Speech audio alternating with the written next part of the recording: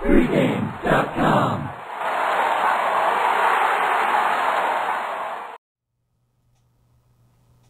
Oregon minus 15.5 at Arizona. Saturday college football. Who do you like and why? I've got Arizona plus the points. 2 words is key here.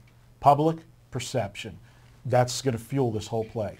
All right, so let's look at Arizona first. What's the public thinking incorrectly? Right now, the public can't be any lower on this Arizona team. They've played back-to-back primetime games. They were on the Thursday night ESPN game 2 weeks ago. Last night, they were on the late night ESPN game against Stanford. Last Saturday night.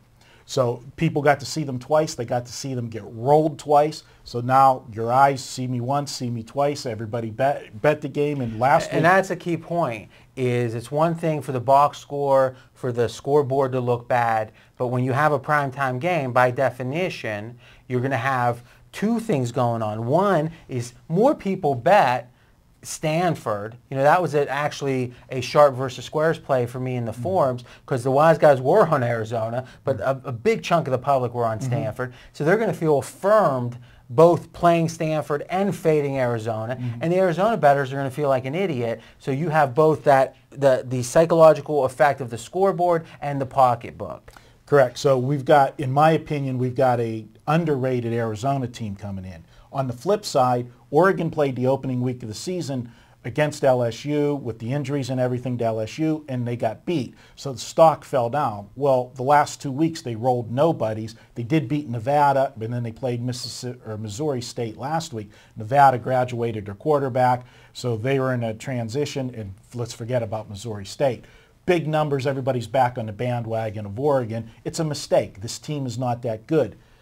One of the problems that Arizona had in the last 2 weeks and why they look so good. So let's talk about this. That team's not that good. Is it the handicap on the LSU game that makes you say that? Is it looking at the returning starters? What is it that makes them not good? Well, first of all, they lost a lot from last year. They're not the same team that was in the national championship game. That's one. No college team is the same, but you think the number of players they lost warrants the fact that they're overrated right now? At the key skill positions that they had.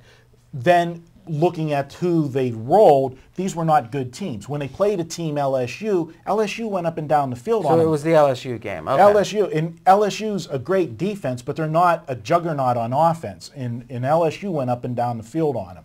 The other thing, going back to Arizona, what got them into trouble against Oklahoma State and Stanford is they became a one-dimensional team. They could not run the ball at all against those 2 teams.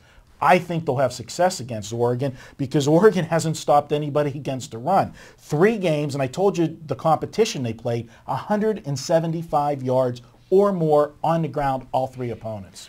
That's interesting. So let's think about this concept real quick. You're saying that Oregon and Oklahoma State are similar teams in quality. You actually think Oregon's or Oklahoma State's a little bit better. Yes. Wise guys think, and they have the odds makers poll, they think that Oklahoma State is slightly better. Let's call that a washout. But the point you're making is Oregon's real strength is they're going to outscore you. All right? Oklahoma State's strength and some of Stanford's strength is a great defense. So you're saying Arizona was made one-dimensional by the 2 other good teams they played. Now they're not going to be one-dimensional, so it's going to be some level of shootout no matter what, and you're more comfortable getting the points with Arizona in some type of shootout than if they become one-dimensional. Absolutely. It's a great handicap. Give us the official projection. I've got Arizona actually losing the game, but as we said, shootout, team with the ball last, 38-34. I see Oregon escaping, but it's going to go right down to the final possession. Good stuff. All right, guys, continue the conversation in the comment section. And next up, we're going to be talking Marco's best bet, and he's back on the winning track last week. And you can get all of our videos at pregame.tv.